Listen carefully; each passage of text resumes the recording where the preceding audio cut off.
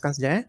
Okey, selamat datang ke program penjelajahan Fizik Kuantum KSSM peringkat negeri Sabah. Okey, so dengar cerita ramai antara kita sebagai guru mendapati bahawa bab fizik kuantum ni adalah susah untuk difaham dan menggerunkan. Okey, so inilah tujuan program kita hari ini. Saya bagi sedikit sharing lah. Okay? Sedikit sharing tentang bab 7 fizik kuantum, iaitu bab yang terakhir dalam silibus tingkatan 5. Okay, so cikgu-cikgu kalau ada sebarang idea, pendapat ataupun cadangan, cikgu-cikgu boleh share di ruang chat. Okay? Okay, sebelum saya mula, cikgu-cikgu bolehlah bersedia dengan bahan-bahan berikut. Yang pertama, alat tulis. Yang kedua, kalkulator. Yang ketiga, lembaran kerja topik 7.1. Okey, yang ni ada di dalam link video description. Cikgu boleh download lah dari sana. Okey, download ataupun lagi bagus, cikgu boleh print. Okey. Sekejap, saya tunjuk sekejap ya. Okey, ini dia. Lembaran kerja 7.1, teori kuantum cahaya. Okey, kalau cikgu tengok sini ada pengenalan, kemudian sejarah teori kuantum, ada 8 tokoh. Okey, ada 8 tokoh, diikuti jasad hitam. Kemudian kita akan belajar 3 formula. Okey, formula tenaga foton, formula kuasa, formula panjang gelombang. Okey. Kemudian kita ada sedikit aktiviti lah. Aktiviti pengiraan. Kita akan cuba buat 5 contoh soalan. Okey. So, cikgu-cikgu boleh print dulu ya. Boleh download dan print.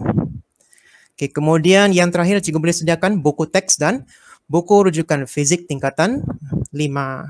Okey.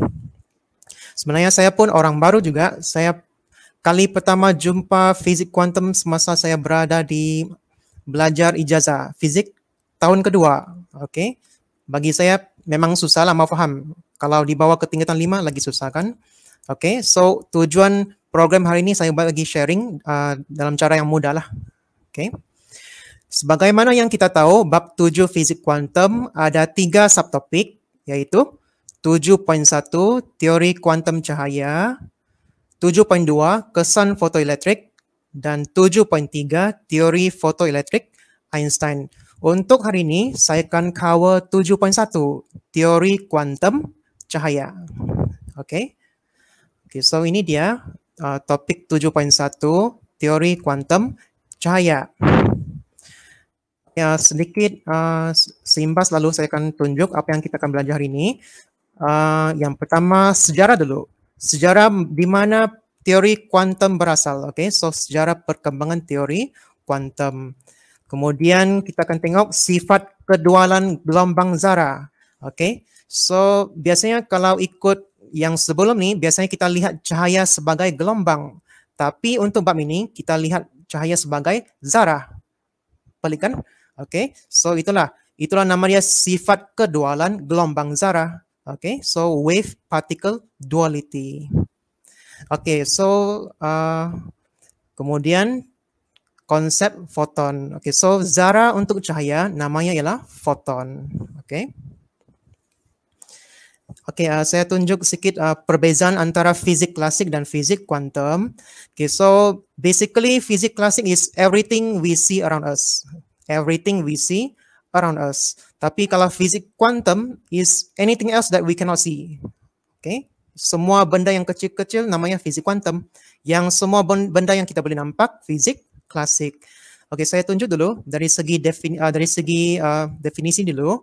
So fizik klasik ialah kajian tentang daya dan gerakan objek, haba, optik, gelombang, elektrik dan electromagnet. So everything we see around us, okay, including forces and motion. For fizik kuantum, kajian tentang tenaga, cahaya dan sifat jirim di peringkat atom. Okay, maksudnya ini benda yang kita tidak nampak lah, fizik kuantum ni kan. Okay, next, perbezaan yang kedua dari segi size. Kalau fizik klasik ni besar, oleh itu namanya makroskopik. Kalau fizik kuantum kecil, oleh itu namanya mikroskopik. Okay. In terms of the speed, okay, laju. Ini perbezaan yang ketiga, laju. Kalau fisik klasik rendah, very slow. Okay, so kurang daripada speed of light, laju cahaya c. Okay. Tapi kalau untuk fisik kuantum, lajunya tinggi, yaitu lebih kurang laju cahaya, kan? Okay, lebih kurang speed of light lah. Okay, next dari segi sifat. Kalau fisik klasik ni, biasanya kita lihat semua objek di sekeliling kita sebagai sama ada sebagai sifat gelombang ataupun zarah. Okay, sama ada sebagai gelombang ataupun zarah. Tapi untuk fisik kuantum, kita melihat objek itu sebagai kedua-dua, gelombang dan zarah. Okay, so kalau fisik klasik atau kalau fisik kuantum dan. Itulah namanya sifat kedualan gelombang dan zarah. Okay. Kemudian dari segi peristiwa, untuk fisik klasik, peristiwa boleh diramalkan, manakala untuk fisik kuantum, peristiwa tidak boleh diramalkan. Okay, so basically fisik klasik is everything we see around us. Contohnya, gerakan bola, pelancaran roket, pembentukan pelangi, orbit bulan dan planet. Okay, ini contohlah. Kalau untuk fisik kuantum, for example, foton dalam cahaya, pengaliran elektron dalam semikonduktor, pancaran jasad hitam, dan juga kesan fotoelektrik. Okay, so these are the 6 differences between classical physics and quantum physics. Secara ringkas lah, okay, supaya cikgu-cikgu boleh nampak apa beza dia kan. Okay. Okay, ini gambar raja yang infografik. Kalau cikgu-cikgu tengok sini, so theory classic, if you can see here, theory classic for the speed, far less than the speed of light, kan? Okay, so but theory classic ni dia larger, the size is larger than 1 nanometer. But for quantum physics, kalau tengok sini, the speed is comparable to the speed of light. But the size is smaller than 1 nanometer. Okay, so kalau secara bahasa kasar, fisik klasik ni dia lambat, tapi dia besar. Fisik kuantum pula dia laju, tapi dia kecil. Okay, so itulah maksud dia. Okay, so fisik klasik dia lambat tapi besar. Fisik kuantum dia laju tapi kecil. Okay. Okay, seterusnya ini saya ambil daripada Google Image. Okay, so this one is called the map of physics. Okay, so kalau cikgu-cikgu tengok sini, cikgu fokus yang warna orange tu, warna orange dengan yang warna purple. Yang warna orange tu ialah classical physics, and then yang warna purple tu ialah quantum physics. Nampakkah? Saya kasih zoom dulu. Okay, so classical physics ini bidang-bidang dia, bidang-bidang dalam classical physics. Contohnya motion, ada optics, ada gelombang, ada fluid mechanics, classical mechanics, electricity and electromagnetism, ada thermodynamic dan haba, kan? Okay, so ini semuanya fisik klasik. Kalau kita tengok fisik kuantum pula, fisik kuantum, so antara bidang ialah nuclear physics, atomic theory, quantum theory, and particle physics, condensed matter physics juga. Okay, okay, itulah. Secara ringkas beza antara classical physics dan quantum physics. Okay. Okay, next. Contoh zarah-zarah subatom. Okay, kalau cikgu-cikgu tengok sini, ini atom kan? Okay, ini atom. Kalau dalam yang kecil-kecil ni, kita namakan dia sebagai zarah subatom. Okay, zarah subatom. Contohnya macam elektron, proton dan neutron. Okey, untuk pelajar SPM sepatutnya diorang sebagaimana yang mereka sudah tahulah. Mereka sudah belajar sepatutnya 3 zarah subatom yang asas, iaitu proton, elektron dan neutron. Okey, sepatutnya 3 ni asas sudah belajar semasa berada di tingkatan 3. Kalau tidak silap saya sains bab 8 radioaktif. Okey. Di semasa di tingkatan 5, pelajar fizik akan belajar satu lagi, tambah lagi satu zarah subatom, iaitu namanya foton. Okey, foton ni ialah zarah untuk cahaya. Ini pelajar fizik akan jumpa semasa di tingkatan 5. Okey, tapi sebenarnya di dunia kita ada banyak lagi zarah-zarah subatom. Contohnya muon. Okay, muon ni seperti elektron, cuma dia 200 kali ganda lebih berat. Okay, kemudian meson, ada boson, positron, elektron yang bercas positif. Balikan. Kemudian kita ada neutrino, neutrino zarah daripada matahari yang sedang menghentam kita setiap saat. Okay, kita ada quarks. Okay, proton diperbuat daripada 3 quarks contohnya. Okay, kemudian ada gluon, ada tau, graviton dan lain-lain. Okay, ada lepton, ada hadron, ada fermion, banyak lagi. Okay, so kalau pelajar masih berminat dalam bidang atomic physics, okay, inilah diorang akan jumpa yang inilah dalam bidang particle physics. Okay, so far they will learn only 4 zarah subatom: proton, elektron, neutron, dan foton. Okay. Okay, sambil cikgu-cikgu sambil saya bagi perkongsian, cikgu-cikgu boleh conteng dalam nota tu boleh isi dalam nota ini sambil saya bagi sharing. Okay. Okay, so back to slide tadi kan.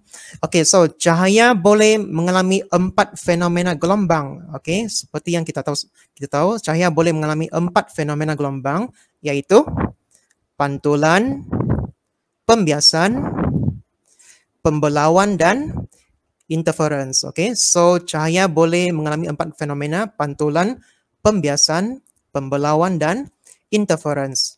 Okay, so mari kita lihat sejarah perkembangan teori kuantum dari teori klasik. Okay, so actually teori kuantum ni dia datang daripada teori klasik. Okay, so saya akan bentang 8 tokoh. Okay, sumbangan 8 tokoh. So ada 4 tokoh dari teori klasik dan 4 tokoh untuk teori kuantum. Okay, I will start with the first tokoh dulu. Okay, so the first one is Sir Isaac Newton. Beliau menyatakan bahawa cahaya terdiri daripada zarah-zarah kecil yang dikenali sebagai corpuscle. Okay, disebabkan oleh sifat geometri pantulan dan pembiasan.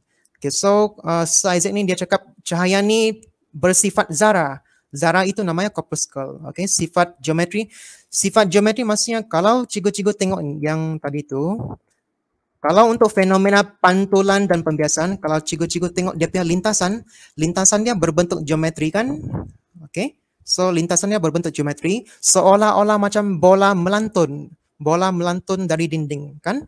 Oleh itu, Sir Isaac berpendapat bahawa cahaya terdiri daripada zarah disebabkan oleh sifat geometri pantulan dan pembiasan. Okay, itu daripada Sir Isaac Newton. Tokoh yang kedua, Thomas Young. Okay, so eksperimen dia yang terkenal, eksperimen Dwi celah Young, menunjukkan bahawa cahaya bersifat gelombang. Yang tadi tu cahaya bersifat zarah, sekarang cahaya bersifat gelombang melalui pembelauan dan interference. Okay, so kalau cikgu-cikgu tengok yang tadi tu, oleh sebab yang lintasan untuk pembelauan dan interference ni dia berbentuk bulatan. Okay, tu nah, berbentuk bulatan kan. Okay, so beliau menganggap bahawa cahaya ni bersifat gelombang because dia bentuk membulat. Okay. Okay, so maka bercanggah dengan teori zarah yang dikemukakan oleh Isaac Newton. Okay, so kiranya dua orang ni bukanlah musuh tapi pendapat dia orang bercanggah kan. Okay, so Isaac Newton mengemukakan teori zarah, Thomas Young mengemukakan teori gelombang. Okay, so oleh sebab cahaya kita tahu cahaya boleh mengalami 4 fenomena, maka sehingga hari ini teori zarah dan teori gelombang masih boleh diterima walaupun bercanggah dan digabung dikenali sebagai teori kuantum. Okay, so dua-dua ni digabung dikenali sebagai teori kuantum. Okay, saya teruskan. Tokoh yang ketiga, John Dalton. Okay, John Dalton menyatakan bahawa jirim terdiri daripada zarah halus yang tidak boleh dibahagi, dikenali sebagai atom. Ini rasanya ada di chemistry kan? Okay. Kemudian J.J. Thomson. J.J. Thomson orang yang terkenal menjumpai elektron. So beliau menemui zarah subatom bercas negatif yang dikenali sebagai elektron melalui eksperimen sinar katod. Okay, so ini dia eksperimen sinar katod. Saya kasih zoom dulu. Okay, so ini sinar katod. Kalau cikgu-cikgu tengok sini, dia terpesong ke plat positif sebab dia bercas negatif. Okay, so ini dia elektron lah.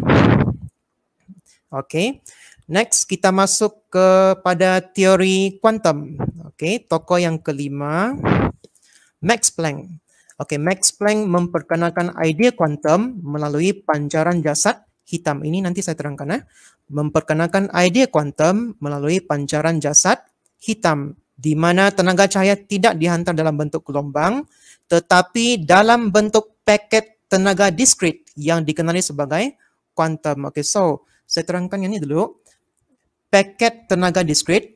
Paket means bungkusan, macam ni lah tu nah. Okay, bungkusan ni. Tenaga ni tertumpu dalam bungkusan itu. Discrete means berpisah masing-masing. Okay, so itulah namanya paket tenaga discrete. Contohnya macam ni lah. Okay. Kemudian tokoh yang keenam, Albert Einstein. Okay, Albert Einstein memperkenalkan konsep foton di mana tenaga foton berkadar terus dengan frekuensi. Nanti saya terangkan lebih lanjut. Okay. Yang dapat menjelaskan kesan fotoelektrik. Okay, so kalau cikgu-cikgu tengok yang ni, sekejap saya zoom dulu. Okay, rupanya kedua-dua orang ni pernah berjumpa. Okay, so di mana Albert Einstein received Max Planck Medal from Max Planck himself in 1929 di German Physical Society in Berlin. Okay, so kiranya dua orang ni kawan baik lah. Okay, kawan baik. Dua-dua pun menyokong teori kuantum. Okay. Kemudian tokoh yang ketujuh, Niels Bohr. Okay, Niels Bohr eksperimen yang paling famous dia ialah spektrum hidrogen. Okay, so spektrum hidrogen menunjukkan atom memancar cahaya dalam panjang gelombang yang tetap. Okay, so kalau cikgu-cikgu boleh tengok sini, ini eksperimen dia.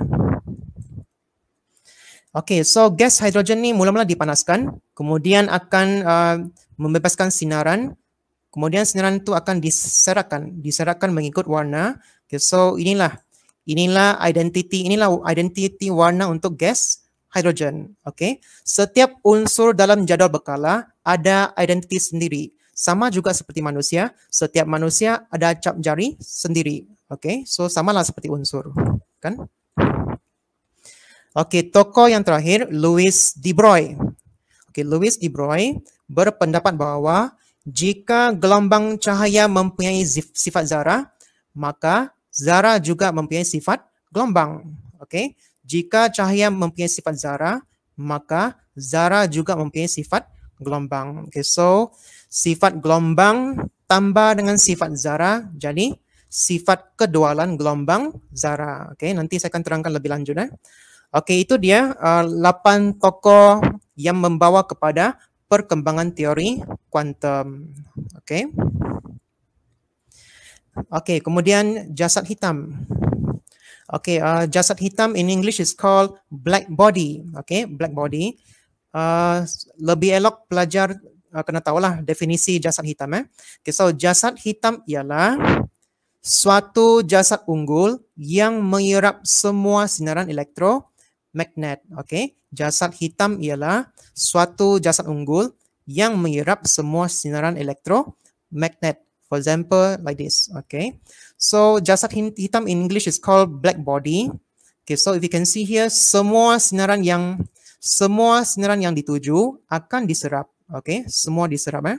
Okay, kemudian, okay, contohnya saya guna gua. Okay, so, gua ni boleh bertindak sebagai seolah-olah jasad hitam. Okay, so kalau cikgu-cikgu tengok gua ni, warna hitam kan? Okay, warna hitam. Sebab semua sinaran yang masuk akan diserap. Okay, semua sinaran elektromagnet yang masuk akan diserap. Okay, please bear in mind that jasad hitam ni bukanlah benda yang mawjud di depan mata, bukan. Dia cuma satu objek hypothetical. Okay. Kemudian jasad hitam ni mesti satu objek yang panas. Mesti objek yang panas. Okay. Dan tiada pantulan berlaku. Maksudnya semua sinaran diserap. Okay. Sekejap, saya tunjuk dulu yang ni.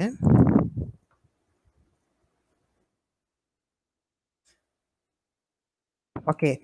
Contohnya kalau cikgu-cikgu tengok daun hijau ni kan, kalau sinaran cahaya matahari menuju ke atas daun hijau, kan? Okey, kita tahu cahaya putih ni terdiri daripada 7 warna. 7 warna. So, daun hijau dia akan menyerap semua warna cahaya matahari, semua warna. 7 warna tu kecuali warna hijau. Okey, so contohnya ini mata kita. Okey, so daun hijau ni dia akan menyerap semua 7 warna kecuali warna hijau yang akan dipantulkan ke mata manusia. Oleh itu, daun itu kelihatan warna hijau. Okey, tapi untuk jasad hitam, jika sinaran cahaya matahari masuk, semua warna akan diserap. Semua warna diserap. Okey, so maka jasad hitam tu kelihatan warna hitam lah. Okay, so warna hitam. Okay, saya balik kepada slide dulu. Okay, lebih elok kita tahu apa 2 syarat jasad hitam itu. Yang pertama, mesti menyerap semua sinaran elektromagnet. Mesti menyerap semua. Semua 7 warna mesti diserap. Okay. Yang kedua, mesti memancar satu warna sinaran elektromagnet mengikut suhu. Okey. Boleh tak? Boleh tangkap.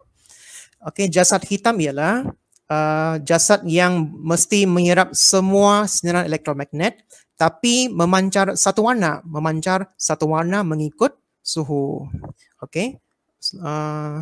Lepas ni saya tunjuk Okey, kita tahu bahawa cahaya putih terdiri daripada 7 warna. 7 warna iaitu merah, jingga, kuning, hijau, biru, indigo dan ungu. Kan? Okey, so kalau cikgu-cikgu tengok sini, warna ungu ni mempunyai lambda yang paling pendek. Kan? Lambda yang pendek tapi frekuensi yang tinggi. Tapi untuk warna merah mempunyai lambda yang panjang tapi frekuensi yang rendah. Okey. Rasanya kita tahu kan semua lambda ni berkadar songsang dengan frekuensi. Okey, dia berlawanan. Lambda berlawanan dengan frekuensi. So, untuk warna purple, lambda dia pendek tapi frekuensi dia tinggi. Untuk warna merah, lambda dia panjang tapi frekuensi dia rendah. Okey. Okey, rasanya pelajar kena tahu juga definisi pancaran jasad hitam. Tadi jasad hitam kan? Jasad hitam ialah jasad unggul yang menyerap semua sinaran elektromagnet. Okey. Rasanya pelajar kena tahu juga pancaran jasad hitam. Because biasanya soalan SPM struktur dia akan tanya definisi. Contohnya soalan 1A gitu kan. Okay, so pancaran jasad hitam ialah sinaran elektromagnet yang dipancarkan oleh jasad hitam. Okey, senang kan? Pancaran jasad hitam ialah sinaran elektromagnet yang dipancarkan oleh jasad hitam. Okey, ini saya ambil daripada buku teks. Okey, kalau cikgu-cikgu tengok sini, ini ialah graf keamatan sinaran melawan panjang gelombang, kan? Keamatan sinaran melawan panjang gelombang. Okey, ini lengkung untuk jasad hitam. So, kalau cikgu-cikgu tengok sini, panjang gelombang yang semakin panjang ke arah kanan itu semuanya warna merah. Kalau yang panjang gelombang yang pendek ke arah kiri semuanya warna biru. Okey. So bahagian sini namanya cahaya tampak lah. Okey, cahaya tampak. Kalau kurang daripada biru tu namanya ultraviolet, ultra ungu, kan? Okey. Kalau selepas merah tu infrared. Infrared, kemudian microwave dan radio wave, kan? Yang gelombang yang spektrum elektromagnet tu kan. Okey, so oleh sebab jasad hitam ni dia memancar satu jenis warna mengikut suhu. So saya tunjuk sini Okey, kalau cikgu tengok sini, ini bintang merah. Bintang merah suhu dia 4000 Kelvin. Okay, so 4000 Kelvin, kalau cikgu tengok sini, panjang gelombang puncak. Yang puncak terletak di warna merah kan. Okey, so keamatan sinaran yang paling tinggi berlaku di panjang gelombang tunai di sini, yang warna merah tu. Okey, di sini kan. Oleh itu, bintang ini berwarna merah. Okey, so kemudian ini matahari kita semakin panas. Suhunya 5270 Kelvin. Okay, so oleh sebab matahari kita warna ini suhu dia, so warnanya warna kuning. Okay, kalau tengok puncak dia, puncak sini, puncak dia di mana keamatan yang paling maksimum ialah di warna kuning. Oleh itu matahari berwarna kuning. Okay, kemudian yang last, kalau bintang itu mempunyai suhu 7000 Kelvin. Kalau 7000 Kelvin, kita tengok graf yang terakhir tu, yang ni, yang paling tinggi ni. Okay, kalau kita tengok dia punya puncak ni, puncak yang keamatan paling maksimum ialah di panjang gelombang yang warna biru tu, di sini kan. Oleh itu bintang itu berwarna biru. Okay. Okay, so secara kesimpulan, semakin tinggi suhu, semakin berkurang panjang gelombang. Okay, so semakin tinggi suhu, semakin berkurang panjang gelombang. Di mana keamatan tu yang paling maksimum lah. Okay, okay, so semakin tinggi suhu, semakin berkurang panjang gelombang. Maksudnya semakin ke arah warna biru. Okay, oleh sebab itu kita tahu bahawa api biru ni biasanya lebih panas daripada api merah, kan? Biasanya begitu kan? So api biru lebih panas daripada api merah. Okey, seterusnya aplikasi. Okey, aplikasi jasad hitam ada dua. Biasanya kalau pelajar saya tidak guna bintang lah. So bintang ni susah sikit faham, dia terlalu jauh. Saya akan guna elemen pemanas, rod pemanas. Okey, ini lebih nampak dia punya warna. Okay, so saya baca. When an iron rod is heated, it appears dull red at 500 degree Celsius. Okay, ini yang sejuk, yang suhu paling minimum lah. Changes to cherry red at 900 degree Celsius. Becomes orange red at 1100 degree Celsius. And turns yellow at 1300 degree Celsius. And finally, blue-white at 1600 degree Celsius. Okay, so kalau cikgu-cikgu tengok sini, semakin meningkat suhu, semakin berkurang panjang gelombang, iaitu semakin ke arah warna biru. Okay, saya ulang. Okay, so semakin meningkat suhu, semakin berkurang panjang gelombang, iaitu semakin ke arah warna biru. Kan biru ni mempunyai panjang gelombang yang paling pendek kan? Okay. Okay, so kemudian aplikasi yang kedua ialah image thermographic. Okay, so image thermographic ni, ni macam ni lah gambar dia.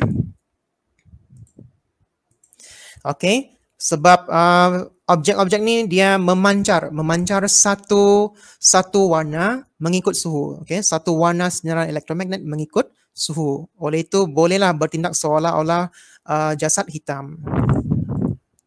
Okay. Okay, itu dia dua aplikasi untuk jasad hitam. Okay, ini graf yang sama. Kalau cikgu-cikgu tengok sini, yang garisan putus-putus tu, yang tu ialah teori klasik. Yang garisan melengkung tu, yang tu ialah teori kuantum. Okay. Okay, so teori klasik ni, saya baca dulu . Teori klasik meramalkan tenaga bertambah tanpa had. Macam ni, bertambah tanpa had apabila lambda berkurang dan tidak dapat menerangkan jasad hitam. Macam inilah. Kalau lambda tu semakin berkurang, tenaga bertambah. Okay. Okay, so yang ni tidak dapat menerangkan jasad hitam. Okay, kemudian, okay, ni saya ambil daripada buku teks. Okay, so kalau teori klasik ni dia guna namanya spektrum selanjar. Okay, spektrum selanjar bermaksud bersambung. Macam ni. Semua warnanya bersambung. Kan? Oleh itu, tenaga pun selanjar. Tenaganya bersambung. Okay. So, semakin berkurang lambda, semakin meningkat tenaga. Ini teori klasik lah. Okay. Teori klasik yang tidak dapat menerangkan jasad hitam. Okay. Yang kita guna ialah teori kuantum. Okay. Teori kuantum dapat menerangkan jasad hitam. Like this. Okay. Okay. Ini spektrum garis. Okey, spektrum garis ni saya ambil daripada buku teks . Okey, spektrum garis menunjukkan bahawa tenaga ni dalam bentuk diskret. Maksudnya tenaga ni dalam bentuk yang berpisah. Tu macam ni lah. Warna merah, merah, oranye, kuning, kuning, hijau, biru. Okey. So tenaga itu dalam bentuk yang diskret, secara berasingan, bukan selanjar. Yang teori klasik ni dia selanjar maksudnya bersambung. Tapi yang teori kuantum dia satu-satu. Tenaga dia satu-satu, satu paket. Itulah yang nama dia tenaga discrete. Okay, so teori klasik is tenaga selanjar, and then teori kuantum is tenaga discrete, one by one. Okay. Okay, ini yang kita guna sehingga hari ini ya, teori kuantum. Oke, seterusnya saya akan terangkan ada 3 formula untuk kuantum tenaga. Ada 3 formula, oke. Oke, so in 1900, Max Planck memperkenalkan idea kuantum, yaitu paket tenaga discrete dan bukan tenaga selanjar, bukan. Kita tengok tenaga ni sebagai satu paket, satu bungkus. Oke, contohnya macam ni lah.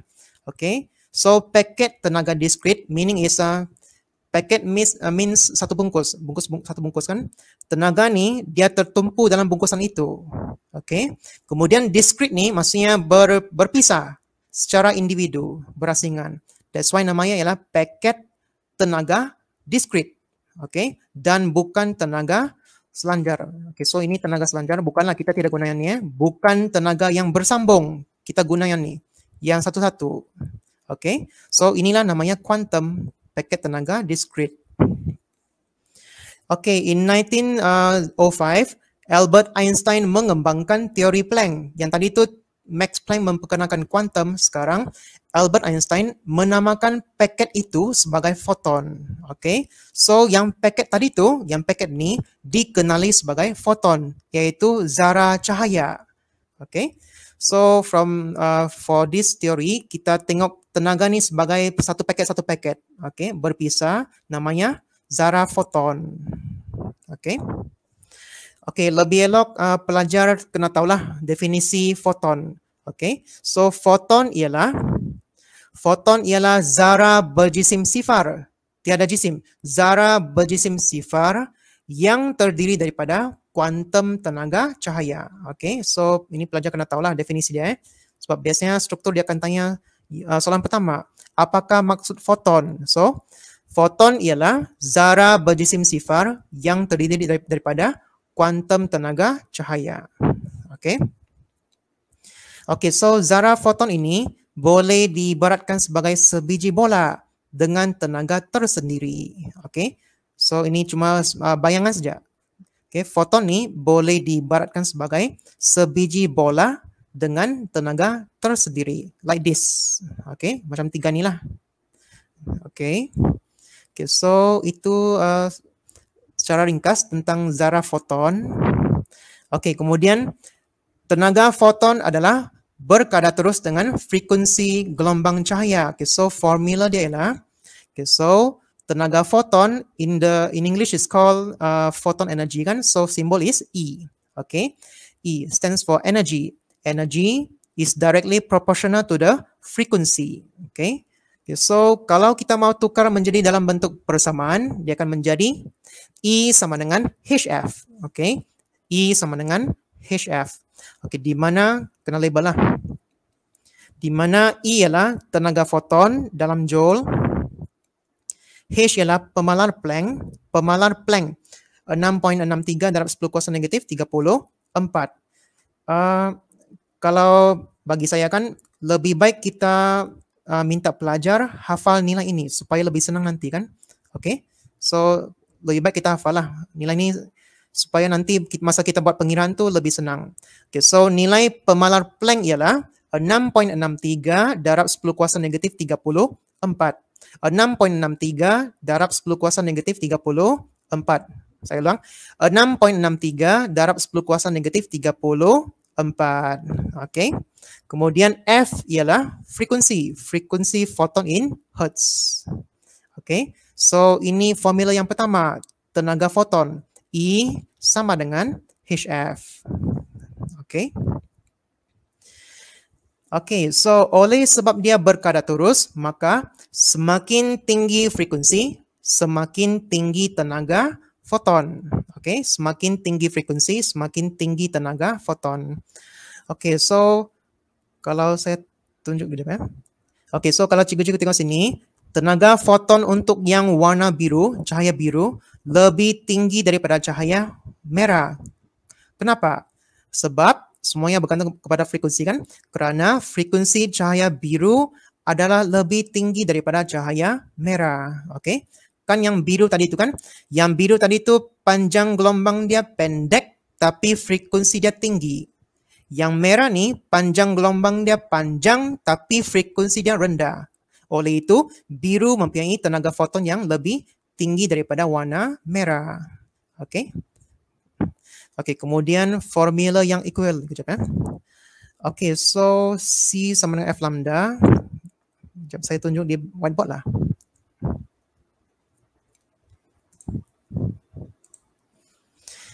Okey, so tadi tu formula tadi ialah E sama dengan HF. Okey, E sama dengan HF. Okey, dalam bab gelombang tingkatan 4, bab gelombang fizik, rasanya pelajar sudah tahu formula ni kan? V sama dengan V sama dengan F lambda, kan? Okey, so yang V ni ialah fizik klasik. Kita tidak guna V okay, because yang ni ialah fizik klasik. Oleh sebab bab ni ialah fizik kuantum, maka kita tukar menjadi C. Okay, so C sama dengan F lambda. Okay, kita guna C because speed of light. Okay, kemudian kita susun F sebagai subjek. So F sama dengan lambda pindah pergi sebelah, so menjadi C per lambda. Okay, so frekuensi ialah C per lambda. Okey, kemudian kita kasih ganti masuk ke dalam sini. Yang ni E sama dengan HF kan? So akan dapat formula yang equivalent. So dapat E sama dengan H C per lambda. Okey, tu nah yang ni ya. Yang ni yang tadi kita ganti masuk tadi kan? Okey, so formula yang equivalent ialah E sama dengan H C per lambda. Okey, saya balik kepada slide. Okay, so kalau kita ganti yang F tadi tu, ganti ke dalam sini, akan dapat formula yang equivalent, iaitu E sama dengan HC per lambda. Okay. Cikgu-cikgu boleh tulis boleh tulis dalam lembaran kerja tu, okay. Sambil-sambil dengar. Okay, so E sama dengan HC per lambda, di mana E ialah tenaga foton, H sama pemalar Planck 6.63 darab 10 kuasa negatif 34. C, halaju cahaya iaitu 3 darab 10 kuasa 8 ms negatif 1. Okey, ataupun 300 juta. Okey, kemudian lambda panjang gelombang dalam meter. Okey. So ini formula yang equivalent, masih formula pertama, cuma yang ni equivalent lah. Okey. E sama dengan HC per lambda. Okey. Okey, kemudian kita masuk kepada kuasa. Yang tadi itu tenaga, sekarang kuasa. Okey, so kuasa sinaran elektromagnet, ini formula dia. Okey, so kuasa in English is called power, oleh itu simbol dia P. P besar. Okey. Kuasa in English is power, so simbol dia P besar. Okey, so P besar sama dengan NHF. Okey, di mana P itu ialah kuasa sinaran elektromagnet, N itu ialah bilangan foton per saat, N okey, number of photon per second. So bilangan foton per saat, yang H itu macam biasa, H itu ialah pemalar Planck. Pemalar Planck 6.63 10 kuasa negatif 34. Kemudian F itu ialah frekuensi. Okey, frekuensi foton. Okey, sama juga. Kejap saya cuba terbitkan formula ni dulu Saya terbitkan dulu. Clear? Okey, kita semua tahu power ialah energy over time, kan? Okay, so power, kalau yang energy tadi kita ganti dengan HF kan tadi kan? E sama dengan HF kan? E sama dengan HF. Okay, kalau kita ganti masuk, dia akan jadi HF per T. Okay. Kemudian yang 1 per T ni kita ganti dengan N, yaitu bilangan foton dalam satu saat. So akan dapat formula P sama dengan NHF. Oke, itulah di mana datangnya formula kuasa sinaran elektromagnet. So P sama dengan NHF. Oke. Oke, so saya balik kepada slide. Oke, macam biasa, formula untuk kuasa juga ada dia punya equivalent formula. So, oleh sebab F ni, kalau F ni kita ganti masuk yang tadi kan, F ganti masuk C per lambda. F ni ya. So, kita ganti masuk akan dapat P sama dengan NHC per lambda. Oke. So, ini formula yang kedua, yaitu formula kuasa. Oke, dua ni lah. P sama dengan NHF, P sama dengan NHC per lambda, which is equivalent lah. Okay, these two are equivalent. Okay, so far kita sudah belajar dua formula. Saya teruskan. Last, formula yang ketiga, last. Okay, so in 1924, Louis de Broglie menyatakan bahawa zara juga mempunyai sifat gelombang. Okay, so zara ni bersifat gelombang.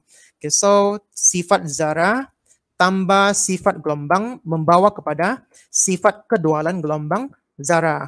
Maksudnya cahaya ni, cahaya dia boleh bertindak sebagai gelombang dan zara. Dua-dua sekaligus. Itulah namanya sifat kedualan gelombang zara. Wave particle duality. Okay. Okay, so ini formula yang diperkenalkan oleh Louis. So Louis de Broglie, dia perkenalkan formula ni. Lambda sama dengan H per P. Okay. Lambda sama dengan H per P. Okay, so saya guna P condong. P condong tu momentum. Kalau P yang kalau P kecil tu pressure. Kalau P besar power kan. Okay, so lambda sama dengan H per P. Okay, lambda ialah panjang gelombang de Broglie. Kita baca sebagai de Broglie, bukan de Broglie. De Broglie. Okay, panjang gelombang de Broglie.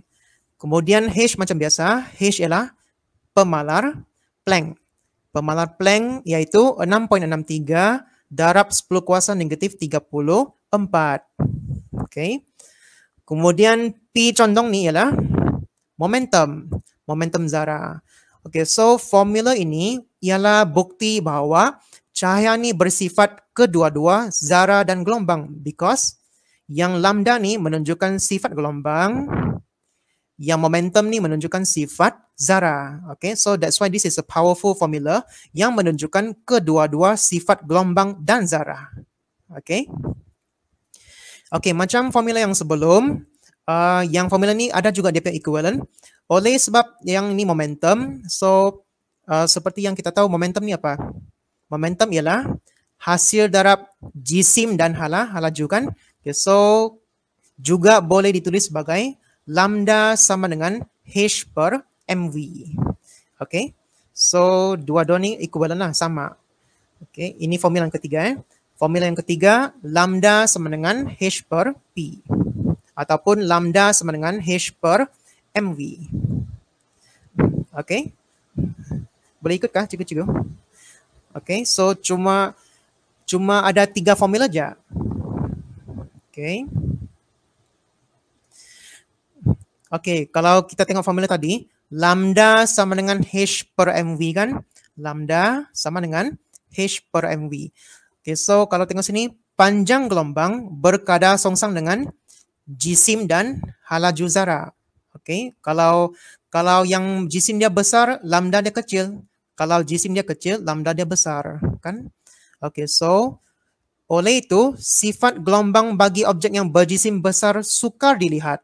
Okay, why? Because kalau objek tu jisim dia besar, maka lambda dia kecil, so tidak dapat dilihat. Okay. Okay, kemudian tapi itu objek besar lah. Tapi elektron mempunyai jisim yang kecil. Okay, so kalau elektron mempunyai jisim yang kecil, maka panjang gelombang tu besar, boleh diperhatikan. Okay, di bawah mikroskop lah. Okay. Sebenarnya semua objek di sekeliling kita ada panjang gelombang, cuma dia besar. Jisim dia besar tapi panjang gelombang dia pendek, so tidak nampak. Tapi elektron mempunyai jisim yang kecil, so kalau jisim kecil, Sekejap saya guna pen lah. Kalau jisim dia kecil, maka panjang gelombang dia besar. Okey, boleh diperhatikan lah. Okey, kemudian ciri ini membolehkan penciptaan mikroskop elektron yang mempunyai resolusi yang lebih tinggi, iaitu 5,000 kali ganda daripada mikroskop cahaya. Okey, so inilah membawa kepada penciptaan mikroskop elektron. Yang mikroskop yang biasa kita guna di makmal, yang tu namanya mikroskop cahaya. Okey, ini mikroskop elektron. Okey, ini aplikasi dia. So, ini mikroskop cahaya yang biasa kita guna di makmal, kan? Kemudian ini mikroskop elektron. Ini biasanya ada di universiti lah, okey. Okey, so saya akan tunjuk sikit perbezaan antara mikroskop cahaya dan mikroskop elektron. Okey, kalau tengok sini, light microscope menggunakan cahaya, light as the source. But electron microscope uses electrons as the source, kan? Okay, so itu beza utama dia lah. Yang ni guna sumber cahaya, yang elektron guna sumber elektron. Okay. Kemudian perbezaan dari segi image, dari segi size image. Kalau cikgu-cikgu tengok sini, ini image untuk mikroskop cahaya. Saya kasih zoom lah. Okay. Okay, ini image untuk mikroskop cahaya. Ini semuanya sel darah merah, kan? Okay, kalau tengok sel darah merah di bawah mikroskop elektron, akan nampak begini. Bukan lebih jelas, lebih besar, kan? 5,000 kali ganda lebih besar daripada mikroskop cahaya. Okay. Okay, so itulah perbezaan antara mikroskop cahaya dan mikroskop elektron. Okay. Okay, sekejap . Okay, so far cikgu-cikgu sudah isi ni kan. Sejarah 8 tokoh, kemudian jasad hitam, kemudian maksud foton, formula 1, formula tenaga, formula kuasa, formula panjang gelombang de Broglie. Okay, so ada 3 formula lah. Okay. Okay. Saya akan rumuskan sedikit . So yang 3 formula tu. Okay, so kita sudah belajar 3 formula, iaitu E sama dengan HF ataupun E sama dengan HC per lambda. Okay, these two are equivalent, sama . Yang kedua, formula yang kedua, power. So P sama dengan NHF ataupun P sama dengan NHC per lambda. Okay, these two also equivalent, sama. Kemudian formula yang ketiga, lambda sama dengan H per P ataupun boleh ditulis sebagai lambda sama dengan H per MV. Sama . Dua ni pun sama. So basically cuma ada 3 formula dalam topik 7.1. Masing-masing formula tu ada dia punya equivalent. Okay. So E sama dengan HF or E sama dengan HC per lambda. Power P sama dengan NHF ataupun NHC per lambda. Lambda sama dengan H per P ataupun H per MV. Okay. Kalau cikgu-cikgu tengok sini, semuanya ada pemalar H, kan? Okay, so H tu semuanya bernilai 6.63 darab 10 kuasa negatif 34. Okay. Okay, kemudian saya akan beritahu yang please bear in mind that foton juga dikenali sebagai kuanta. Okay, ini ada yang saya jumpa dalam buku rujukan lah. Kuanta, I think it's the plural, singular form of quantum. Okay, so the plural is quantum. Kemudian paket tenaga diskrit. Okay, so cikgu-cikgu tidak perlu keliru dengan semua istilah ini. Semuanya sama maksud, sama. Foton sama maksud dengan kuanta. Kuanta sama maksud dengan quantum. Quantum sama maksud dengan paket tenaga diskrit. Semua ni sama maksud . So tidak perlu keliru lah dengan istilah dia. Okay. Okay, so itu dia 3 formula asas dalam topik 7.1. Okay, so cikgu-cikgu, mungkin kita boleh buat sedikit aktiviti pengiraan. Mungkin cikgu-cikgu boleh sediakan kalkulator, kan? Okay, pastikan ada kalkulator dan mungkin kertas jalan kira lah. Okay.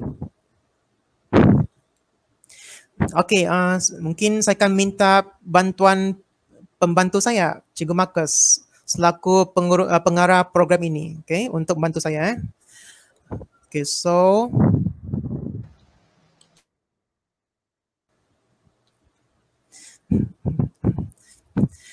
okey, soalan ni saya ambil daripada buku teks. Cikgu-cikgu boleh rujuk lembaran kerja juga yang ada dalam link okey, ada juga dalam lembaran. Okey, mari kita buat contoh 1. Okey. So, saya baca soalan. Hitung tenaga bagi satu foton gamma yang mempunyai frekuensi 10 kuasa 27 Hz. Okey, saya ulang. Hitung tenaga bagi satu foton gamma yang mempunyai frekuensi 10 kuasa 27 Hz. Okey, so rasa kita guna formula apa? Guna formula E sama dengan HF, kan? Kita guna formula E sama dengan HF. Okay, so cikgu-cikgu masukkan nilai H, masukkan nilai F.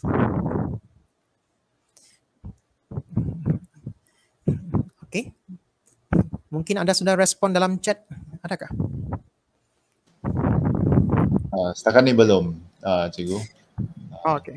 Mungkin peserta-peserta dan hadirin-hadirin sekalian kan boleh menjawablah, cuba menjawab soalan ini. Kita sama-sama rungkaikan bersama, berikan jawapan supaya boleh memeriahkan lagi kita punya ruangan chat, dan supaya kita boleh sama-sama juga menimba ilmu lah bersama dengan Cikgu Lee untuk membuat soalan pengiraan ini. Setakat ni masih belum ada Niswan. Okey. Mungkin sedang menekan. Bagi peluang, jangan bagi jawapan dulu, bagi turang peluang. Macam juga budak-budak lah kan, tidak boleh terus bagi. Ya, okey. Okey, ada jawapan sudah tu? Si Melissa. Betul. Kasih salah lah kalau salah. Betulkah betul? Betulkah tu Cikgu Lee? Okey, saya tunjuk jawapan Okey, so masukkan nilai H, pemalar Planck 6.63 darab 10 kuasa negatif 34. Nilai frekuensi is 10 kuasa 27. So kita kasih darab sajalah. Darab akan dapat jawapan tenaga, iaitu tenaga ialah 6.63 darab 10 kuasa negatif 7 Joule. Betul. Betul kan? Ya. Kedua-dua pun betul. Kedua-dua pun, ketiga-tiga sudah, ramai sudah. Melissa, Cikgu M, Siti Aisyah. Connie, Cikgu Connie pun betul. Cikgu Aulia, Mbak Sarah. Ya, tanya kepada semua guru yang menjawab. Okey, ada soalan lagi? Ada lagi. Ada 5 contoh. Ada 5. Okey, sabar Cikgu. Saya tunjuk balik formula tadi Okey, so tadi kita guna formula E sama dengan HF. Okey, saya sengaja pilih pelbagai soalan supaya kita boleh catch formula mana yang kita perlu guna. Okey, so inilah 6 formula dia Okey, let's go through contoh yang kedua. Okey, contoh yang kedua. Hitung tenaga foton bagi cahaya ungu. Okey, panjang gelombang dia 400 nanometer dan cahaya merah 750 nanometer. Okey, so cuba. Okey, so kali ini guna apa? Tenaga foton. E, kita tidak boleh guna E sama dengan HF sudah sebab tiada F, tiada frekuensi. So terpaksa guna yang equivalent iaitu E sama dengan HC per lambda. Okey. Okey, cikgu-cikgu bolehlah cuba buat dulu.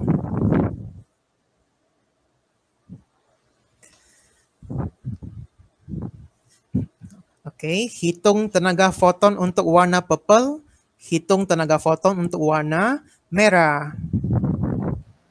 Oh, maksudnya ada dua lah kan ini, Cikgu Lee? Ya, sorry, ada dua pecahan soalan lah. Kita buat yang warna purple dulu. Okey. Okey, cikgu-cikgu, masukkan nilai H, masukkan nilai C, masukkan nilai panjang gelombang 400 nano, kan? Okey. So, tekan-tekan akan dapat jawapan berapa?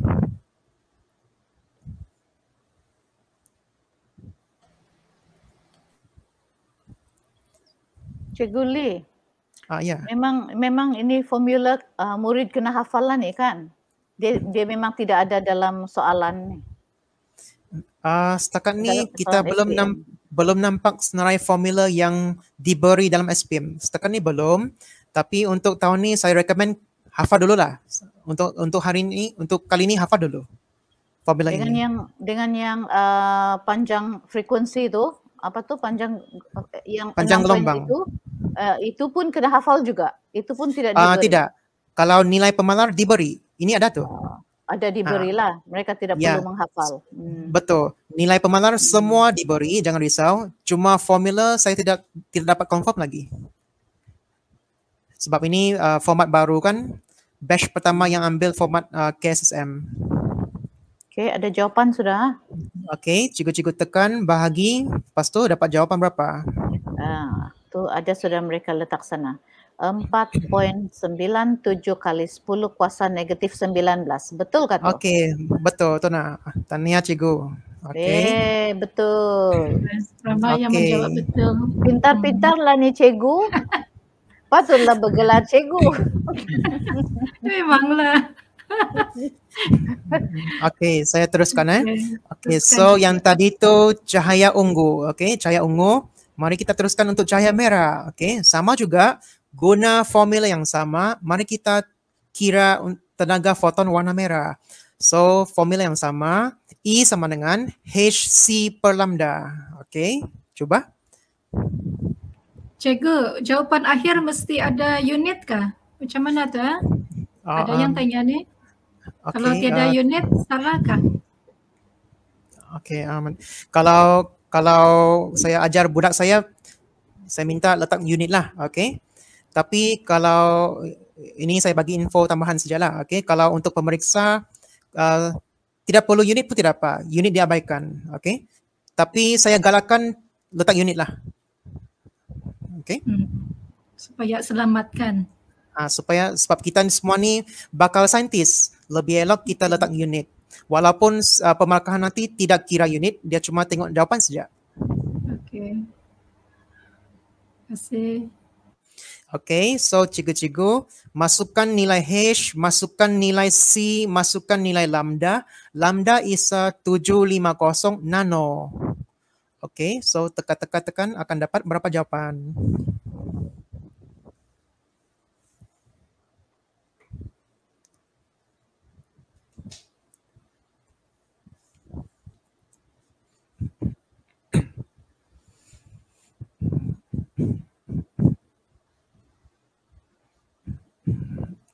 Anda sudah ada jawapan?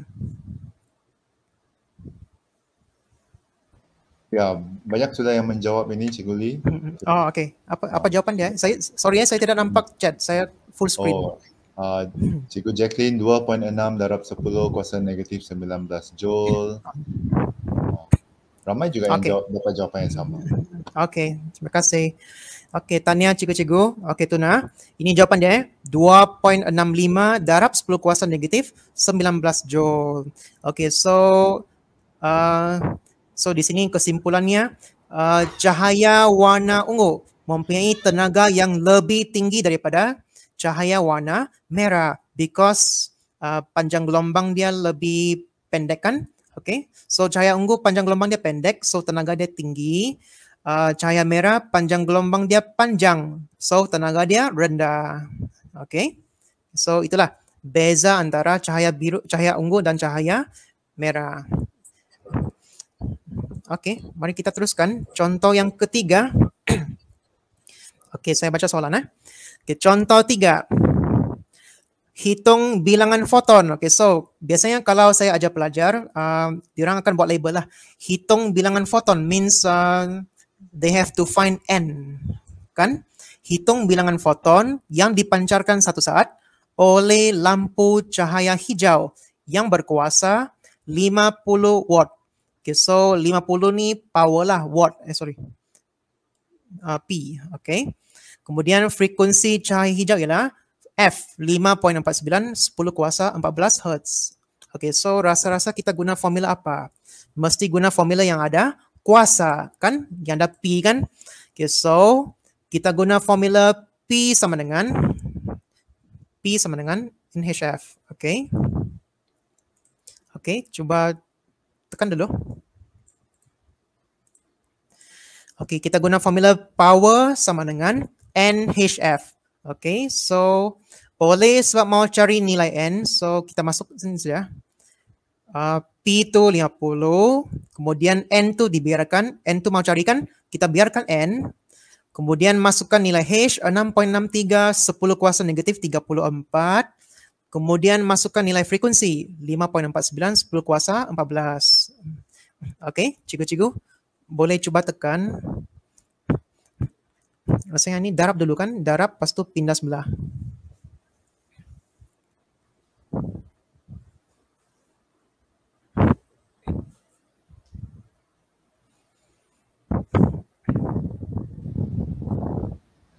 Ada sudah satu orang menjawab lah setakat ini, Cikgu Lee.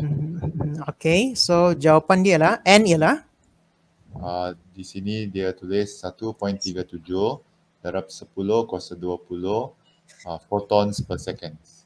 Oke, betul. Oke, tanya cikgu. Bagus. Juga Oke, so rupanya terdapat 1.37 10 kuasa 20 biji foton per saat. Oke. Kita guna inilah per saat, unit per saat. So ini bilangan per saat kan? Oke, so bilangan per saat, so S kuasa negatif 1. Oke. So jawapan dia ialah bilangan foton yang terpancar dalam satu saat ialah 1.37 darab 10 kuasa 20 biji foton dalam satu saat. S kuasa negatif 1. Oke. Cikgu Lee. Ya. Ini adalah dipancarkan oleh lampu biasa kan ni, lampu hijau. Dalam keadaan sekarang, sebenar, dalam real life. Ini lampu hijau saja. Kalau lampu itu berwarna hijau, neon, warna hijau. Neon light. So, adakah foton ini berbahaya kepada manusia? Tidak. Cahaya tampak, tidak. Kalau asalkan 7 warna tu cahaya tampak tu itu okey.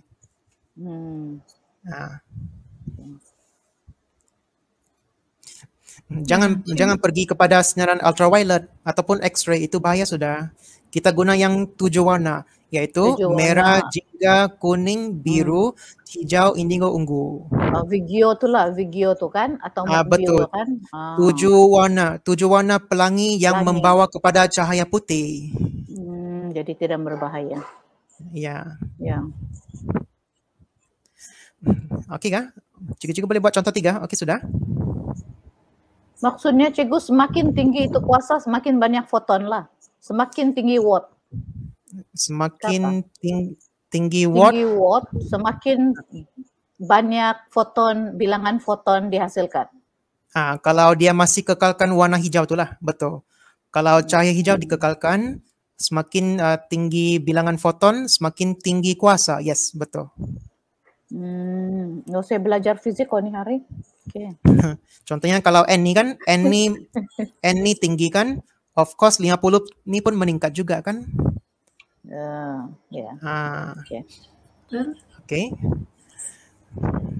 Okay, so cikgu-cikgu okey. Boleh saya teruskan? Saya teruskan Okey. Contoh yang keempat. Next. Okey, contoh 4. Saya baca soalan Sebatang pen laser merah. Okey, sebatang pen laser merah tuna. Okey, yang tuna dengan seekor kucing tu bernama si putih. Okey, so sebatang pen laser merah mengeluarkan cahaya dengan panjang gelombang 670 nanometer. Okey, so kalau biasanya saya label dulu. Inilah lambda kan? Inilah lambda. Okey, so jika bilangan foton yang terpancar ialah 3.37 darab 10 kuasa 18 sesaat. Okey, so yang ni ialah apa? Ini ialah N kan? Okey. Ini ialah bilangan foton. Bilangan foton per saat. So yang ni ialah N. Okey. Hitung kuasa output. Okey, so hitung kuasa output maksudnya hitung nilai power P. Okey, so rasa-rasanya apa formula yang kita guna? So P sama dengan, bukan yang tadi itulah. Yang tadi itu P sama dengan NHF kan. Oleh sebab sekarang tiada nilai F, ada nilai lambda. So kita guna P sama dengan NHC per lambda. Coba saya pandang dulu. Okay, so kita guna formula yang equivalent. Equivalent daripada P sama dengan NHF kan. Sekarang kita guna formula power formula power P sama dengan NHC per lambda. Okay. Okay, so cikgu-cikgu coba masukkan nilai N, masukkan nilai H, masukkan nilai C, kemudian bahagi panjang gelombang. Okay. Okay, itu dia. Jangan risau, semua pemalar akan diberi di exam. Jangan risau Kemudian tinggal tekan saja.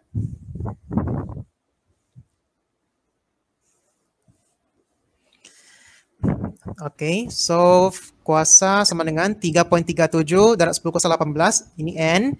Darab dengan pemalar Planck. Darab dengan halaju cahaya. Bahagi dengan lambda. 670 nano. So, ada pula dua jawapan. Betul. Okey, jangan dulu. Jangan dulu bagi jawapan. Kita tengok dulu. Ada lagi ketiga? Jawapan yang ketiga atau ada dua yang sama? Silakan cikgu teruskan, baru Ambrose dengan Amy yang menjawab. Cikgu-cikgu lain silakan. Seronok nih. Satu sama, tiga orang sudah sama. Ayolah, makin cepat Ada yang 4 titik perpuluhan. Ya. Sampai 1.004. Oi, 0.043. Okey, ada yang 0.5. Okey, dua jawapan. Sebenarnya berapa titik nih ya? Lagi panjang lagi tepat kan? Betul. Actually makin panjang makin bagus lah. Ya. Tapi dia tidak ada standard kah? Dua tempat titik, dua tempat perpuluhan kah? Kalau skema pemakanan memang ada. Mungkin minimum tu 2 tempat lah. 2 tempat tu okey lah. Okey, boleh sudah mungkin nih. Macam orang berdebar sudah. Coba baca satu jawapan adakah? 1.0, 0.5, 1.0004, 1.00043. Okey, betul. Tahniah. Okey, semua betul. Okey. Okay, so jawapan dia 1.00 watt. Okey. Okey, tahniah cikgu. Ini saya kasih bundarkan lah. Okey. Ini yang minimum 1.00. Okey. Okey, tahniah cikgu-cikgu. 1 watt jawapan dia. Okey, saya kasih imbas kembali formula dulu. Okey, so formula tadi ada 3 formula, masing-masing 3 formula tu ada equivalent. Okay, so we have used, kejap ini sudah, ini pun sudah, ini sudah kan? Okay, so tinggal lagi ni kan? Okay, panjang gelombang de Broglie sama dengan H per P momentum. Okay, mari kita cuba. Okay. Contoh 1, contoh 2, contoh 3 sudah, contoh 4 pun sudah. Alright, last one cikgu, last one. Last for today. Okay, saya baca dulu. Contoh 5, hitung panjang gelombang de Broglie. Okay, so biasanya saya minta pelajar label. Apa yang mau dicari? Label dulu. Apa yang mau dicari? Hitung panjang gelombang de Broglie. So masih mau cari lambda. Bagi satu elektron yang bergerak dengan laju. Dengan hal laju 5 darab 10 kuasa 6. Means this one is actually velocity kan? V kan? Betul? V kan? Okay, so mau cari lambda. Given is velocity. Jisim elektron jangan risau akan diberi juga. Jisim elektron is M sama dengan 9.11 darab 10 kuasa negatif 31 kg. Okay. Means this one is M lah. M. Sorry saya tulis besar pula. Okay, so lambda, ini lambda mau cari. Ada formula, ada diberi V, diberi M. So, kita guna formula panjang gelombang de Broglie. Okay, formula ini. Senang kan? Okay, so cikgu-cikgu boleh masukkan nilai H, nilai pemalar Planck.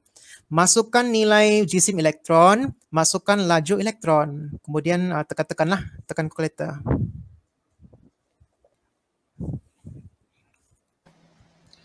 Okay, belum lagi ada orang yang menjawab, Cikgu Lee. Okay, nampak. Mereka Saya bagi dia orang masalah. Ya. Saya rasa ni cikgu-cikgu semua ni sibuk jejak kasih. Dia jumpa kawan-kawan lama mereka di sini. Mereka sibuk berchatting pasal kisah-kisah kucing. Ada sudah tu? Si Krio sudah bagi jawapan. 0.999844106. Krio panjangnya. Okey, Mazna 1.456 darab 10 kuasa 10 M. Siti Aisyah 1.45 darab 10 kuasa 10. Nur Hafizah 1.456 darab 10 kuasa 10. Kuasa 10 kah? Kuasa negatif 10, sorry. Negatif 10. Ya, semua pun negatif 10 ini. Okey, ngam. Okey. Terima kasih cikgu. Okey, so jawapan dia 1.46 darab 10 kuasa negatif 10 meter. Okey. Kalau dengar tadi, macam semua dapatkan? Ya, semua. Ya, nanti cikgu-cikgu klaim dengan cikgu Marcus sebagai pengurus projek. Kalau ada hadiah lagi meriah nih cikgu. Kalau kita buat dalam bentuk quizzes kan? Ya. Pasti berlumba-lumba nih menjawab. Okay, so saya teruskan Okay, so yang tadi tu tinggal gantikan nilai H bahagi dengan nilai jisim elektron darab dengan laju elektron kan? Tekan-tekan dapat ni lah 1.46 darab 10 kuasa negatif 10 meter untuk panjang gelombang de Broglie. Okay. Okay, senang kan cikgu-cikgu? Okay, so itu je formula dia. Okay, biasanya saya prefer letak standard pembelajaran di hujung slide supaya kita boleh buat checklist. Mana satu yang kita sudah belajar. Okay, so standard pembelajaran ini dari DSKP. Okay, so yang pertama 7.11 menjelaskan latar belakang idea teori kuantum. Ini sudah. Okay. Yang kedua, menyatakan maksud kuantum tenaga. Ini pun sudah. Yang ketiga, menerangkan sifat kedualan gelombang zarah. Maksudnya cahaya itu boleh bersifat sebagai gelombang, boleh bersifat sebagai zarah. That's why namanya sifat kedualan gelombang zarah. Ini pun sudah. Okay. Kemudian yang keempat, menerangkan konsep foton. Okay, so foton ni ialah zarah cahaya. Okay, ini pun sudah. Zarah yang berjisim sifar, kan?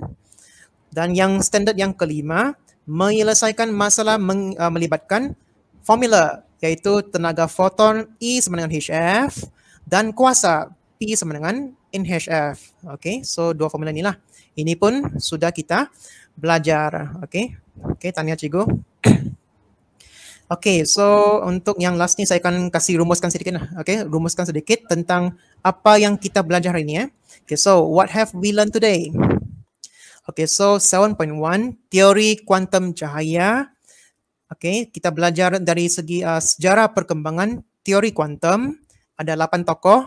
Yang pertama, Sir Isaac Newton menamakan zarah cahaya itu sebagai corpuscle, zarah corpuscle. Kemudian Thomas Young, eksperimen Duicelah, berpendapat bahawa cahaya bersifat gelombang. Okay. Kalau Newton ni dia cakap cahaya ni bersifat zarah, tapi yang Thomas Young ni dia cakap cahaya bersifat gelombang. Okay, so dua ni berjanggalah pendapat dia. Tokoh yang ketiga, John Dalton, okay, yang menjumpai atom. Semua jirim terdiri daripada atom. Yang keempat, J.J. Thomson menemui elektron, zarah yang bercas negatif. Okay. Kemudian yang kelima, Max Planck, ini dia menemui kuantum, paket tenaga diskrit namanya ialah kuantum. Kemudian Albert Einstein, dia tolong si Max Planck, dia menamakan kuantum itu sebagai foton. Okay. Max Planck dia menjumpai kuantum, tapi Albert Einstein dia menamakan kuantum itu sebagai foton. Okay. Kemudian Niels Bohr, eksperimen yang famous dia ialah spektrum hidrogen, menunjukkan bahawa cahaya itu dalam panjang gelombang yang tetap lah, maksudnya tenaga itu tetap. Okay. Kemudian yang terakhir sekali, zarah juga bersifat gelombang. Okay. So ini membawa kepada sifat kedualan gelombang dan zarah. Okay. Kemudian kita juga belajar jasad hitam. Jasad hitam in English is called black body. Nampakkah? Okay, so jasad hitam in English is called black body. Okay, so definisi dia ialah jasad unggul yang menyerap semua sinaran elektromagnet. Jasad unggul yang menyerap semua sinaran elektromagnet, tapi memancar satu warna. Memancar satu warna mengikut suhu. Okay, so jasad hitam ialah jasad unggul yang menyerap semua sinaran, tetapi memancar satu warna sinaran elektromagnet mengikut suhu. Okay, so for example like this. Tu nak contoh graf tadi kan. Kasih zoom lah. Okay, so kalau suhu tu 4000 Kelvin warna merah. Kalau suhu tu 6000 warna kuning. Kalau suhu tu 18000 warna biru. Okay, so semakin meningkat suhu, semakin berkurang panjang gelombang di mana keamatan sinaran tu paling maksimum kan. Okay, so semakin meningkat suhu, semakin berkurang panjang gelombang, iaitu semakin ke arah warna biru. Okay, so oleh itu api biru ni biasanya lebih panas daripada api merah, kan? Okay. Kemudian kita belajar juga dua aplikasi. Aplikasi yang pertama ialah elemen pemanas. Okay, elemen pemanas dalam setrika, dalam toaster, semua itulah. Setrika, kebanyakan peralatan elektrik. Kemudian image tomografik. Okay, tomografik. Kemudian kita belajar maksud foton. Foton ni zarah cahaya. Okay, lebih elok kita tahu dia punya definisi. Foton ialah zarah berjisim sifar. Saya ulang Foton ialah zarah berjisim sifar yang terdiri daripada kuantum tenaga cahaya. Okay, ini kena tahulah. Rasanya pelajar kena tahu yang ni Okey, kemudian kita belajar tiga formula. Tiga formula masing-masing ada dia punya equivalent. So jumlahnya 6 lah. Okey. So yang pertama E sama dengan HF. Yang kedua, E sama dengan HF ataupun E sama dengan HC per lambda. Yang kedua power, kuasa. P sama dengan NHF ataupun boleh ditulis sebagai P sama dengan NHC per lambda. Yang ketiga, panjang gelombang de Broglie, lambda. Lambda sama dengan H per P ataupun boleh ditulis sebagai lambda sama dengan H per MV. Okey, saya kasih zoom lah supaya nampak Okay, itu dia. Tiga formula masing-masing dengan dia punya equivalent. Okey, so formula tenaga foton E sama dengan HF, formula power P sama dengan NHF, formula panjang gelombang de Broglie sama dengan H per P. Okay, kemudian inilah 8 tokoh itulah. Okay, 8 tokoh yang membawa kepada perkembangan teori kuantum. Okay. Okay, so itu dia secara ringkas. Semuanya saya sudah ringkaskan dalam satu slide macam ni Okay, rasanya itu sahaja daripada saya. Sekian dan terima kasih. Maaf atas segala kekurangan dan kesilapan. Untuk sesi soal jawab, kalau ada cikgu-cikgu ada soalan boleh kemukakan dalam ruang chat Okay. Saya pas kepada moderator untuk sesi soal jawab. Terima kasih semua. Terima kasih Cikgu Lee. Dari saya mau memahami juga kalau tenaga meningkat, suhu meningkat, lambda menurun. Contoh Cikgu Lee. Dan betul. Laju cahaya meningkat, C meningkat. Adakah begitu perkaitan? Laju C cahaya tidak, C tetap. Tetap, itu adalah malar. C tetap. Itu malar, betul. Tapi laju, okay. Oh ya, C itu adalah laju cahaya adalah tetap, itu 6 point something kah tu? Itu kah tu? 3 times 10 to the 8. Okay. 300 juta. Saya ini Albert Einstein dia famous dengan apa tu cikgu? E equal to mc square kan? Ya betul, E sebenarnya mc square, betul. Tiada kaitan dengan topik ini? Yang itu tiada.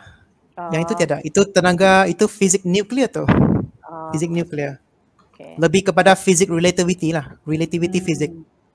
Okay. Ini fizik kuantum. Alright, okay. Okay, mari kita tengok soalan-soalan. Macam ada beberapa soalan tadi. dalam chat. Silakan Cikgu Chris.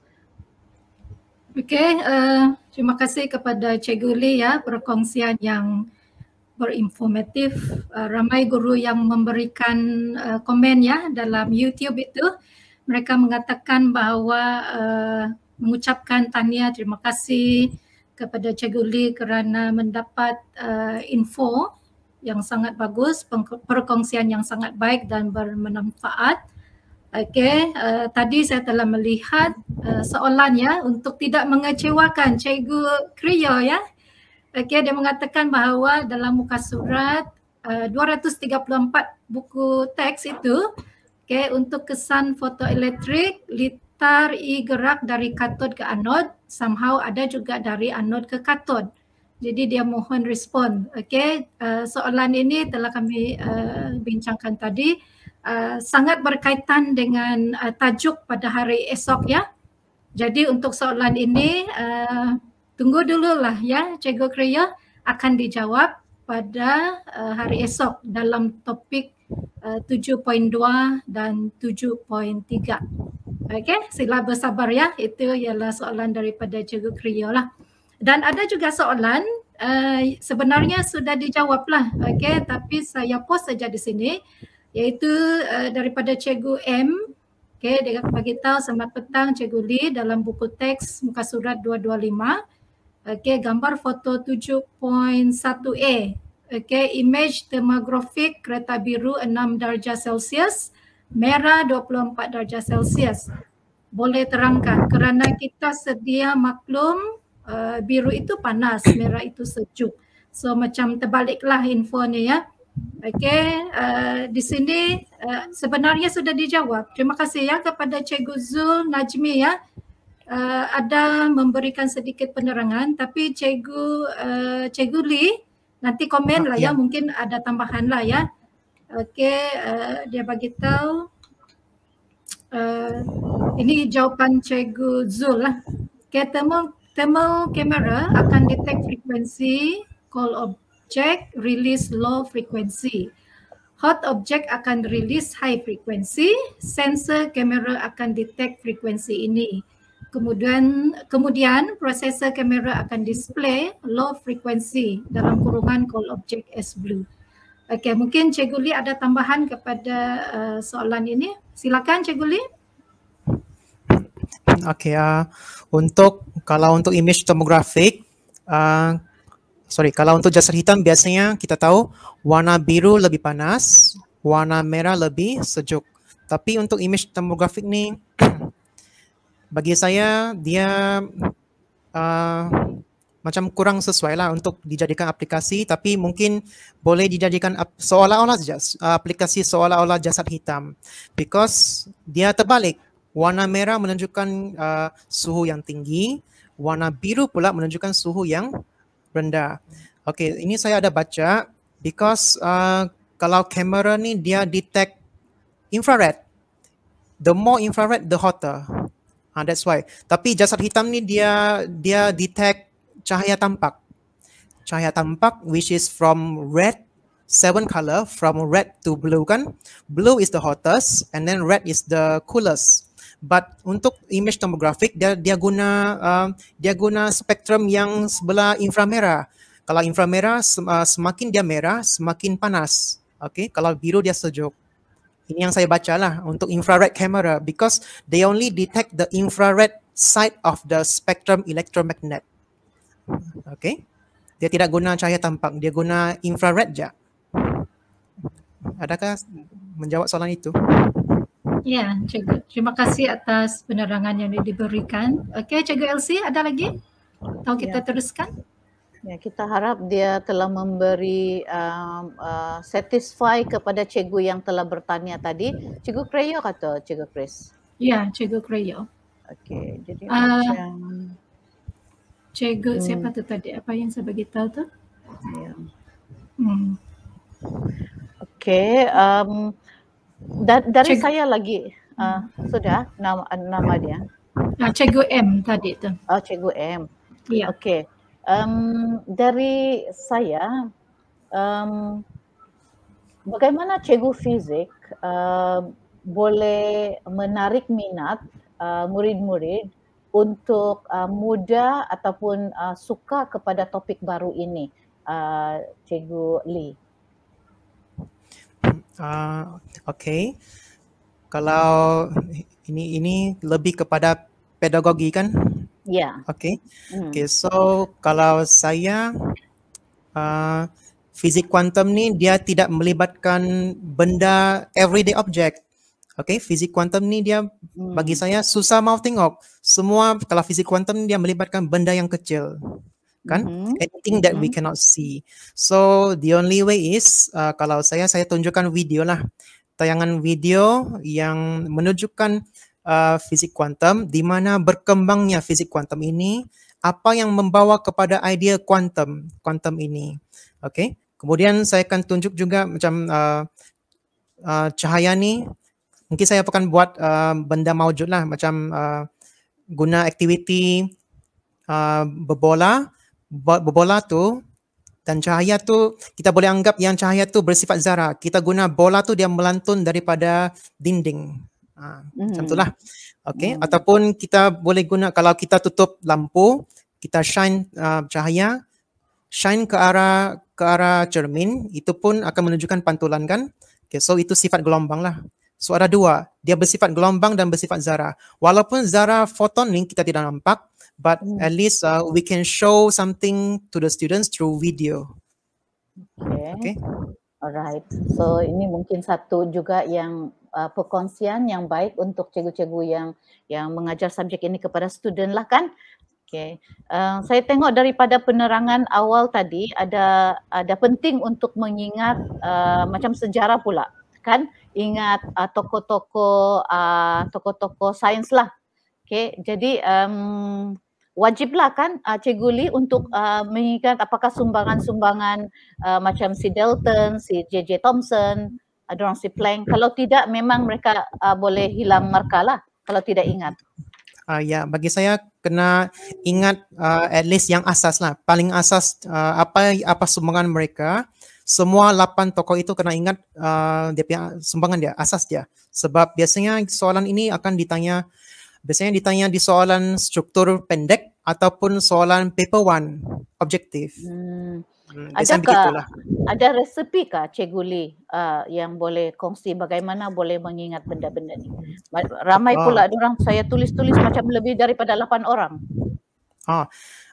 Macam yang tadi slide yang terakhir tu saya sudah tunjuk yang ringkasan 8 tokoh itu kan. Ringkasan 8 tokoh tu mungkin boleh ingat dia punya keyword.